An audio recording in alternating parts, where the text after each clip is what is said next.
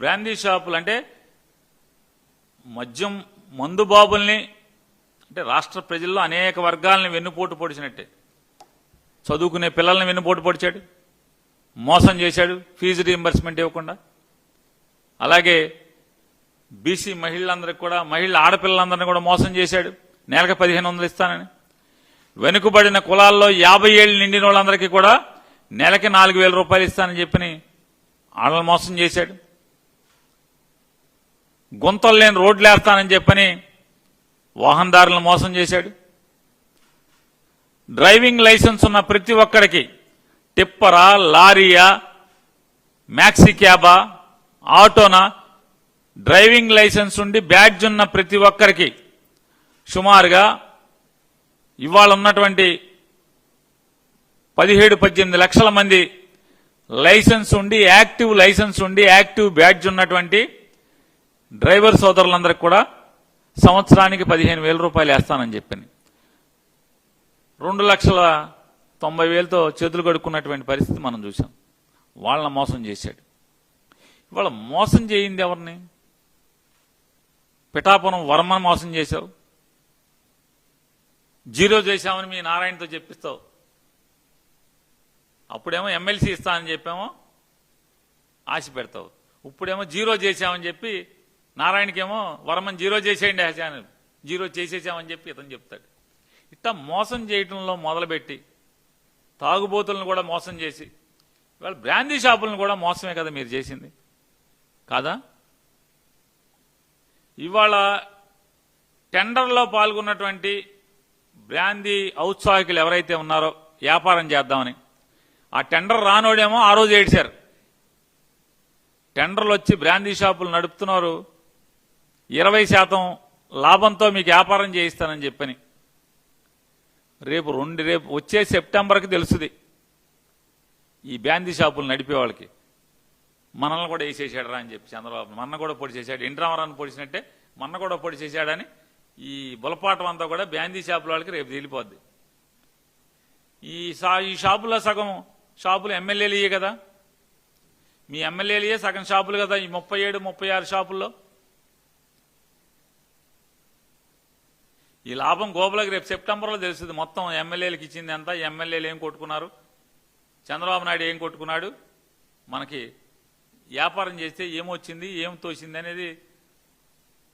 ఆంధ్రప్రదేశ్ రాష్ట్రంలో బ్రాందీ షాపుల వాళ్ళతో అంతే ఏంటంటే, షాపు రానోడేమో చలాన్లు ఖర్చు అయిపోయి ఆ రోజు ఏడిచారు, షాపులు వచ్చినోడేమో రేపు సెప్టెంబర్కి ఏడుస్తాడు. ఖచ్చితంగా జరగబోయేది అదే. నారా చంద్రబాబు నాయుడు గారు లేదా కొల్లు రవీంద్ర గారు, ఎక్సైజ్ కమిషనర్ మీనా గారు, వీళ్ళ దారుణమైన స్కామ్, బారుల్లో ఎంత స్కామ్ జరుగుతుందో ఛాలెంజ్ చేస్తున్నాను. నారా చంద్రబాబు నాయుడు గారిని ఛాలెంజ్ చేస్తున్నా.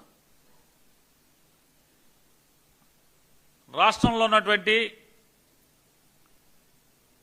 విజయవాడ, తిరుపతి, గుంటూరు, వైజాగ్, కర్నూలు ఇట్లాంటి 5 లక్షల పైబడి జనాభా ఉన్న బార్లకి 75 లక్షల ఫీజు. అవును కదా? మచిలీపట్నం, గుడివాడ లేదా ప్రొద్దుటూరు లేదా విజయనగరం ఇట్లాంటి రాష్ట్ర వ్యాప్తంగా ఉన్నటువంటి మున్సిపాలిటీల్లో అంటే 50,000 దాటి 5 లక్షల లోపు ఉన్నటువంటి మున్సిపాలిటీల్లో 55 లక్షల ఫీజు కదా.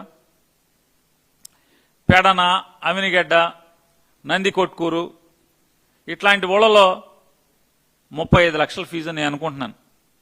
సుమారు నాకు గుర్తున్నంత వరకు, నేను పేపర్లో చదివినంత వరకు నాకు గుర్తున్నది చెప్తున్నాను. ఈ 35 లక్షలు జాగ్రత్తగా మీకు కట్టాలంటే, అంటే కట్టాళ్ళు బాగుపడాలంటే వాళ్ళ అద్దులు కానీ లేదా కరెంటు ఛార్జీలు కానీ స్టాఫ్ జీతాలు కానీ అన్నీ వేసుకుంటే రోజుకి బెజవాడ, వైజాగ్, తిరుపతి, గుంటూరు, కర్నూలు లాంటి పెద్ద ఊళ్ళలో రోజుకు 3 లక్షల రూపాయలు అమ్మాలి. అమ్మకపోతే లాభం గోపులోకి వస్తాం, ఇళ్ళు కాళ్ళెత్తి ఇళ్ళు వాకిళ్ళు అమ్ముకోవటమే. బందరు, గుడివాడ, అనకాపల్లి, ప్రొద్దుటూరు, కడప ఇట్లాంటి ఊళ్ళు ఉన్నాయి. ఆ ఊళ్ళలో అయితే రోజుకి 2.5 లక్షల రూపాయలు అమ్మాలి ఈయన పక్షంలో బ్రేక్ ఈవెన్ రావాలంటే. లేదా మిగతా ఊళ్ళలో బార్లు అన్ని చోట ఉన్న చోట రోజుకు 2 లక్షల రూపాయలు అమ్మాలి. అసలు విజయవాడ, గుంటూరు, విశాఖపట్నం లాంటి, తిరుపతి ఇట్లాంటి నగరాల్లో ఒక్కొక్క బారు నెల నెల 80 లక్షల సరుకు ప్రభుత్వం దగ్గర కొనాలి. కమిషనర్ గారు ఛాలెంజ్ చేస్తున్నారు, చంద్రబాబు నాయుడు గారు, నెలకి 80 లక్షల రూపాయలు. ఇప్పటికి మీరు సుమారుగా 47 రోజులు ఎంతో 48 రోజులు అయినట్టుంది మీరు బార్లు ఓపెన్ చేసి. అంటే 846 బార్లుంటే దాంట్లో 500 చిల్లర బార్లు ఓపెన్ అయినాయి, 300 చిల్లర బార్లు ఓపెన్ అవ్వాల.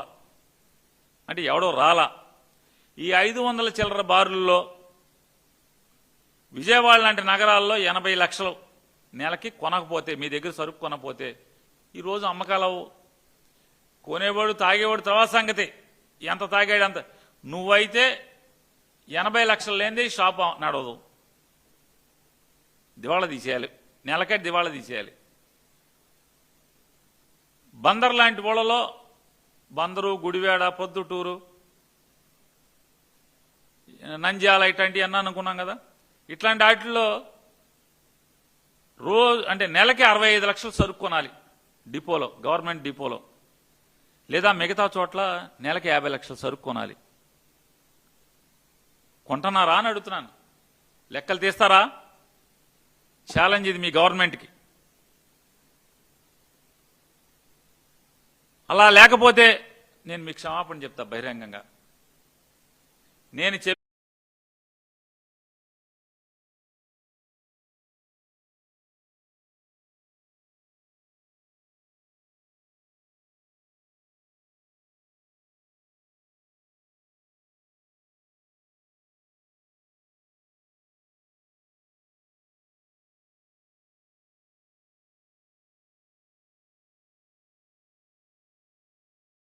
మాత్రమే ఈ బార్లు బతుకుతున్నాయి, బార్లు నడుస్తున్నాయి.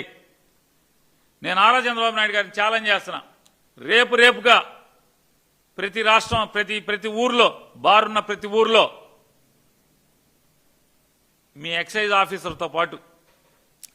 ఆఫీసర్తో పాటు వైసీపీ ఉన్న ఒకడిని, మా పార్టీ ఉన్న ఒకడిని, సిపిఐ ఒకడిని, సిపిఎం ఒకడిని, కాంగ్రెస్ పార్టీలో సగమేగా మీతో ఉన్నది.